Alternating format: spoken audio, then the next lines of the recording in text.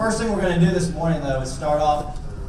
Jim Perkins, Executive Director, start off yesterday morning, and myself are going to start off this morning with a little bit of history of deaf and where the organization's going, and then where you, as all deafers now, fit into that model going forward.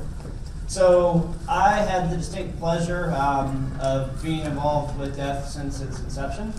I was sitting in Afghanistan in 2012 and sent an email to Ben Coleman and said, hey, this Disruptive Thinkers article that you wrote, this thing's really cool. I want to start a local chapter in Fort Bragg when I get back home. And he replied back almost immediately and said, hey, Disruptive Thinkers, yeah, it's like yesterday's news. We're moving on. It's deaf now. That's where we're taking this thing. And by the way, we have this annual conference in Chicago in October in 2013, and we'd love for you to attend. And so I came to the first annual conference, and as we stood up yesterday, there were probably about 5 or 7 of us here that have been to everyone since then. And the first annual conference was held in a much less fancy facility in the University of Chicago, who very graciously hosted us, but it was in the main campus area. And it was about 80 folks that made their way through the perils of sequestration that year. So everybody, we were quite certain that everybody there was on their own dime, right? So it was very much a startup type conference, because everybody had paid their own way to get there, and you had a room full of a lot of passionate people who had come to Chicago for the first time to make a change, right? Everybody who believed in the same thing and put their own resources towards it. My takeaway from that first annual conference was a lot of passion, not a lot of direction, right? So for you fighter pilots, a lot of thrust, no vector, or something like that. I mean, it was great. It was phenomenal. It was passionate, but we all identified problems with the system, but didn't really have a whole lot of solutions. Right? We were heavy on the problem side. Deaf evolved. The next year, we came to this beautiful location. So obviously, we were moving up in the world, and we started to get this sense of, hey, problems are okay, but we really need to come to the table with solutions if we want to affect change. So DEF 2013 was the first year 2014 was the first year that we started getting this idea of like, let's start vectoring that passion into creating solutions.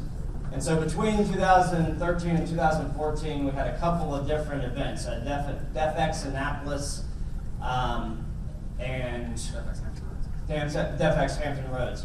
So out of the first year, we created the DefX model, right, based on the TEDx model and everything else. Out of the second year, we said, hey, how can we further this model?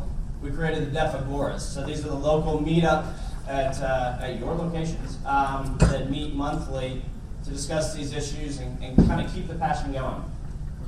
DefX, or DEF 2015, we continue to evolve. We saw not only do you have to identify the problems and you need to iterate to develop certain solutions, but really there's a lot of value in having a champion to those issues, right? So you can actually empower people to make change.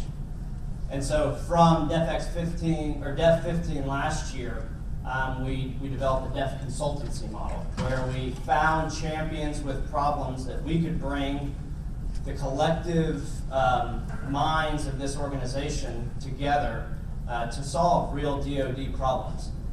And so again, we are evolving, we are growing, we are changing as an organization, and we continue to find ways to affect change within DoD. And every year, this conference gets better. We improve on it, and we improve on our ability to affect change, and have evolved into this Inspire, Connect, Empower model. And I'll let Jim take it for what the future looks like. So, building off that, the reason Ben and I are truly up here is because it speaks to the history of deaf visually. As Ben mentioned, he's been here since inception. He came to the first one and has never known it. I am actually a product of what deaf has evolved into. I found out about deaf around the time of DEF 2014, wasn't able to come. I had a fantastic rock climbing trip at Seneca Rocks in West Virginia, and I wasn't going to pass it up for obvious reasons. It was great October weather, you know, just can't miss it. But I found out about the Agoras and got involved in the DC Agora. I just happened to be the first person to respond with an email that said, yeah, I'd be willing to help steer this thing along. So I was with Ben, actually, one of the people leading that in DC. And our passion led to pulling together some other people onto the team to have our first DefX DC event in 2015. And that ended up going further forward. I had an idea sometime last summer that I ended up pitching at the annual conference last Sunday. I'm totally happy that I lost to Peter because his idea is fantastic and actually really needed. Mine was just like a fun side thing, which is still going, by the way, but still definitely not at the same bandwidth as this. But I slowly got more involved. When they made a call last year for who wants to become part of the leadership for this coming year, absolutely. There was not a doubt in my mind. I don't know how long the delay was from email receipt to email going out on that, but it was instantaneous for me because of the fact that I believed in this, and there was not a hesitation about whether or not I was going to become further involved. And truly, when you see what this is, we are building upon the legacy of the people or the hard work of the people who came before us. As an organization, we will constantly be turning over and pulling new people into the fray. And that is part of the community that we are building. We are constantly in beta and trying new things and failing them. None of them are perfect, but everything that DEF has ever been about, the lean startup that started 3 years ago in some other dank space in the University of Chicago, that was just a small prototype, a small bet that Ben and Tony Hatala and some other folks made about seeing whether there was even a vibrant market for this, and there was. And everything else has built off of that. We have pulled more and more people in to stand up their own agoras wherever they have passion and a bit of a community around it. One of those people I want to point out is Valerie out of Stanford, who's hosting FX Silicon Valley.